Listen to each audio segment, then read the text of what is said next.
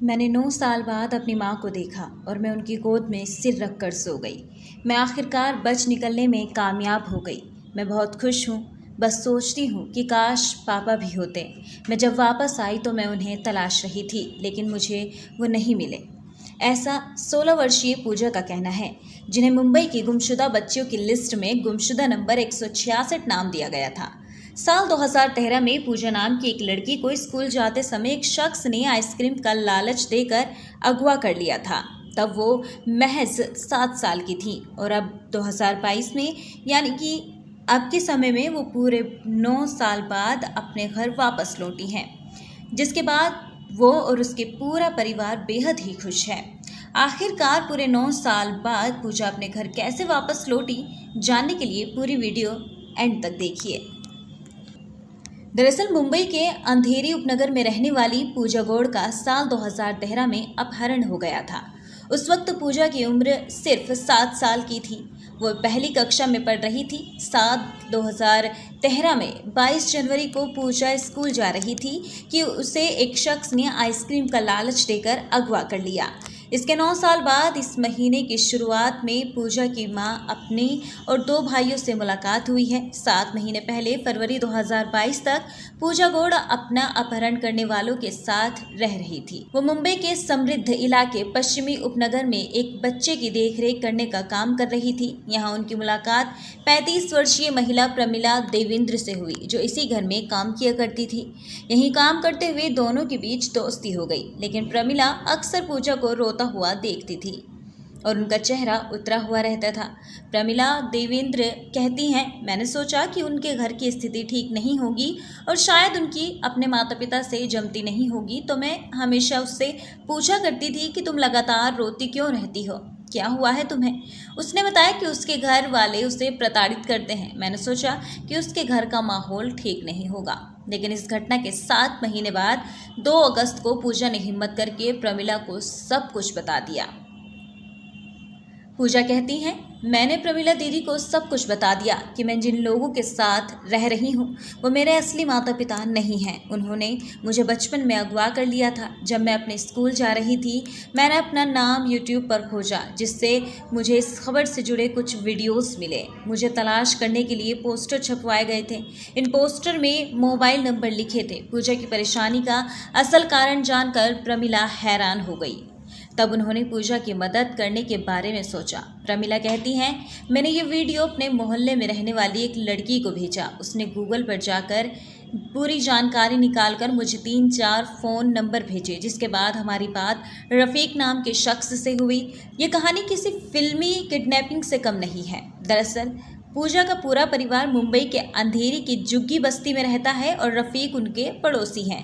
रफ़ीक बताते हैं, पूजा के पिता और मैंने उसे तलाशने में बहुत मेहनत की है। हम मुंबई के कोने कोने में गए, पड़ोसी राज्यों में भी तलाशा। पूजा के पिता गोवा, पंजाब, राजस्थान और जम्मू कश्मीर तक गए, लेकिन वो नहीं मिली। मुझे 3 अगस्त 2022 को प्रमिला का फ़ोन आया। उसने कहा कि वो गुमशुदा बच्ची पूजा की माँ से बात करना चाहती है। मैं काफ़ी बेसब्र सा हो गया, क्योंकि पिछले सालों में कई लोगों ने ऐसे दावों के साथ हमसे संपर्क किया था, लेकिन असल में हमारी मुलाकात पूजा की जगह दूसरी लड़कियों से होती थी। इस वजह से मैंने तुरंत पूजा के परिवार को इस बारे में नहीं बताया।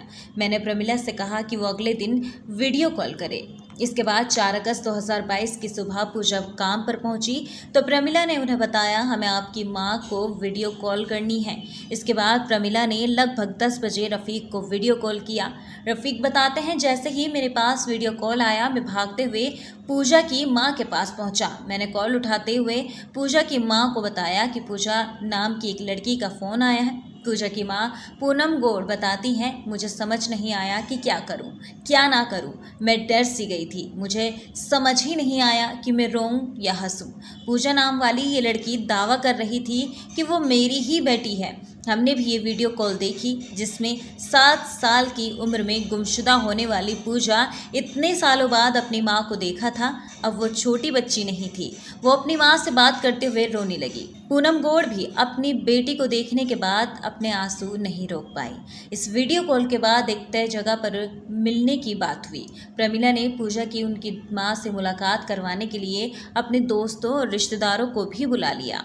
वहीं पूजा की मां के साथ उनके 2 बेटे, चाचा, चाची और पड़ोसी रफीक आए। पूजा 9 साल के बाद अपनी मां से मिलने जा रही थी। दूसरी ओर पूनम भी काफ़ी चिंतित थी और जब वो मिले तो दोनों एक दूसरे को देखकर बुरी तरह रोने लगे। पूनम गौड़ ने पूजा से मिलते ही उनके शरीर पर जन्म के समय वाला निशान देखा। वो कहती हैं, इस जन्म के समय वाले निशान के बारे में सिर्फ मुझे पता था, लेकिन इसे किसी को नहीं बताया था। मैंने जैसे ही वो निशान देखा तो मेरे सारे शक दूर हो गए। पूनम गौड़ बताती हैं, मुझे पहले पूजा के मिलने की उम्मीद थी, लेकिन फिर पूजा के पिता की मौत होने के बाद मेरी उम्मीदें टूट गई, क्योंकि ऐसा कोई नहीं बचा था जो उसे तलाशने जा सकता। लेकिन मुझे लगता है कि ये भगवान का करम है। शायद मरने के बाद वो हमारी बेटी को वापस लाने के लिए भगवान से लड़े हों और बोले हों कि मेरी पत्नी अकेली है। हम प्रमिला दीदी के भी शुक्रगुजार हैं। वो कहती हैं, पूजा मेरी हीरे जैसी बेटी है। मुझे इतनी खुशी हो रही है जितनी किसी को खोया हुआ हीरा मिलने पर होती है। मैं उसमें उसके पिता की झलक देख सकती हूँ। वो बिल्कुल अपने पिता जैसी लगती है। वो उसे शायद किए बगैर एक कौर की भी नहीं खा पाते थे, लेकिन वो पूजा से मिले बगैर ही हमें छोड़कर चले गए। पूजा से मिलने के बाद प्रमिला और उसके घर वालों ने पुलिस स्टेशन जाकर इस मामले में कानूनी कार्रवाई शुरू की है। पूजा कहती हैं, मैंने पुलिस को सब कुछ बता दिया। मैं पुलिस को उस घर तक ले गई जहां मुझे पकड़ कर रखा था। मेरे अपहरणकर्ताओं की पहचान हुई और पुलिस ने उन्हें हिरासत में ले लिया। इसके बाद पूजा अपनी मां की गोद में सो सकी, लेकिन अभी भी पूजा और उनके परिवार के कष्ट खत्म नहीं हुए हैं। पूजा कहती हैं, अगवा करने वाली महिला मुझे पीटा करती थी। मैं रात में ठीक से बैठ या सो भी नहीं पाती थी। मेरी पीठ में बहुत दर्द होता था। मेरी नाक से भी चोट है, क्योंकि वो मुझे नाक पर मारा करते थे। सालों तक हुए शारीरिक और मानसिक शोषण से उबरने से पूजा को भी लंबा वक्त लगेगा। पुलिस और उनके परिवार वाले पूजा को पिछले 9 सालों से तलाश रहे थे, लेकिन आखिरकार प्रमिला देवेंद्र के एक हिम्मत भरे कदम ने पूजा की जिंदगी बदल दी। प्रमिला काफ़ी भावुक होकर कहती हैं, इससे ज़्यादा खुशी की क्या बात हो सकती है कि वो अपनी माँ से मिल गई। हम दोनों ने माँ बेटी की तरह 7 महीने साथ काम किया। मैंने बस उसकी मदद की। मैं इस बात से थोड़ी दुखी हूँ कि अब वो काम पर नहीं आएगी और मुझे उसकी याद आएगी, लेकिन मुझे लगता है कि अगर लड़के लड़कियाँ अपनी समस्याएं लेकर आएँ तो हर माँ को उनकी मदद करनी चाहिए। हम उनकी असली माँ नहीं हैं, लेकिन हम भी माँ जैसी हैं। जिस दिन पूजा का अपहरण हुआ उस दिन 22 जनवरी 2013 को पूजा अपने स्कूल जा रही थी। उनके साथ उनके बड़े भाई भी थे। वो भाई के पीछे पीछे स्कूल के गेट से अंदर प्रवेश करने ही वाली थी कि तभी कुछ लोगों ने उन्हें आइसक्रीम दिलाने के बहाने बाहर बुला लिया और पूजा को लेकर चले गए। पूजा बताती हैं, मैं उनसे कहती रही कि मुझे मेरे घर जाना है, मुझे छोड़ दो। वो मुझे एक पहाड़ी इलाके में ले गए। मैं लगातार रो रही थी। मैं उनके आगे गिड़गिड़ा रही थी कि वो मुझे मेरे माता पिता के पास छोड़ आएं, लेकिन वो मेरी कुछ भी नहीं सुन रहे थे। उन्होंने कहा कि अगर मैंने रोना बंद नहीं किया तो वो मुझे पहाड़ से नीचे फेंक देंगे। मैं बहुत डर गई थी और फिर चुप हो गई। मुझे याद है कि हम वहाँ 2 से 3 दिन रहे थे। वो आगे कहती हैं, इसके बाद वो मुझे लेकर गोवा चले गए। वो 2 लोग थे, एक आदमी और एक औरत। वहाँ उनका एक रिश्तेदार भी रहता था। मैं बहुत रोया करती थी। वहाँ मौजूद औरत हमेशा यही कहती थी, अगर मैं रोई तो वो मेरी जीभ जला देंगी। मैं अपनी माँ को बहुत बुरी तरह याद किया करती थी। उन्होंने मेरा नाम पूजा से एनी रख दिया। इसके बाद वो मुझे रायचूर लेकर आ गए। मैं वहाँ हॉस्टल में रहती थी। वहाँ मैंने कक्षा 2 तक पढ़ाई की। पूजा कहती हैं, साल 2015 में उनके यहाँ एक बेटी का जन्म हुआ और उसके बाद मेरे प्रति उनका व्यवहार एकदम बदल गया। मुझे हॉस्टल से वापस बुला लिया गया और फिर मैं मुंबई आ गई। उस समय मैं 9 साल की थी। उन्होंने मुझे मारना शुरू कर दिया था। वो मुझे लगातार गालियाँ दिया करते थे। वो कभी मुझे बेल्ट से मारते थे, कभी मुक्के से तो कभी लात से। वो मेरा सिर दे मारते थे। एक दिन उन्होंने निर्दयता की सारी हदें तोड़ते हुए मुझे बेलन से इस कदर मारा कि मेरी पूरी पीठ खून से लाल हो गई। बावजूद इसके वो मुझे किसी क्लिनिक तक नहीं ले गए। उस औरत ने मेरे घावों पर चूना मल दिया। पूजा बताती हैं कि अपहरणकर्ता उनसे पूरे घर का काम करवाया करते थे। इसके साथ ही वो आगे बताती हैं, वो हमेशा ताज़ा बना हुआ खाना खाया करते थे। मैं उनके लिए रोटियां सेकती थी, भले ही मेरे हाथ जल जाएं, लेकिन फिर भी मुझे रोटियां सेकनी होती थी। साल 2020 में मुझे बाहर जाकर काम करने को कहा गया। मैं करीब पूरे 24 घंटे ही काम करती रहती थी। वहाँ मैं कपड़े धोती थी, खाना बनाती थी और घर से जुड़े सारे छोटे बड़े काम किया करती थी।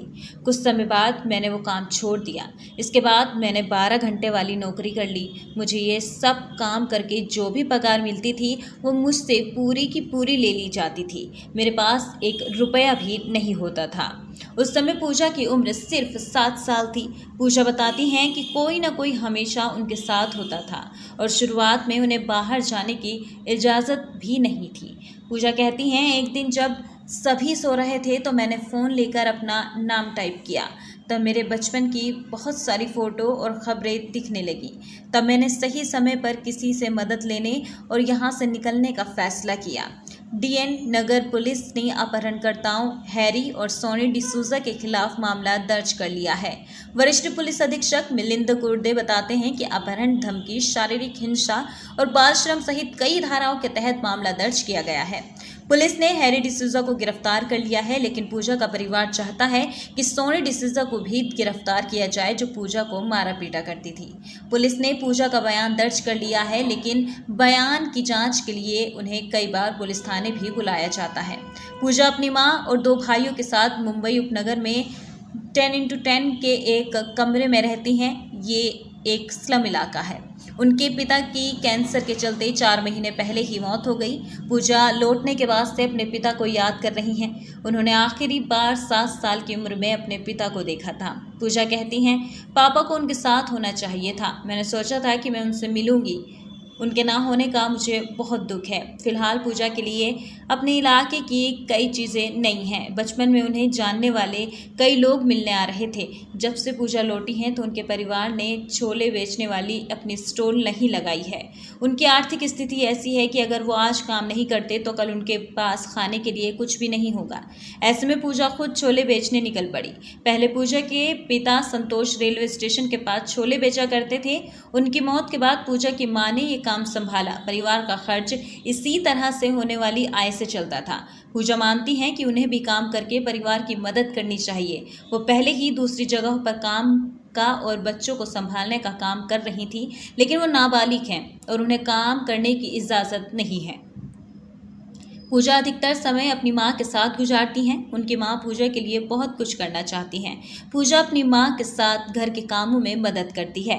जब माँ घर पर नहीं रहती तो छोटा भाई और आंटी उनके साथ रहते हैं। वो किसी के साथ ही बाहर जाती हैं। ये सच है कि कोई भी पूजा और उनके परिवार के वो 9 साल वापस नहीं ला सकता। वो खालीपन कभी नहीं भरेगा। लेकिन फिर भी पूजा और उनकी माँ ने नई उम्मीदों के साथ एक नई जिंदगी की शुरुआत की है। वीडियो पसंद आई हो तो लाइक करें, चैनल को सब्सक्राइब करना ना भूलें।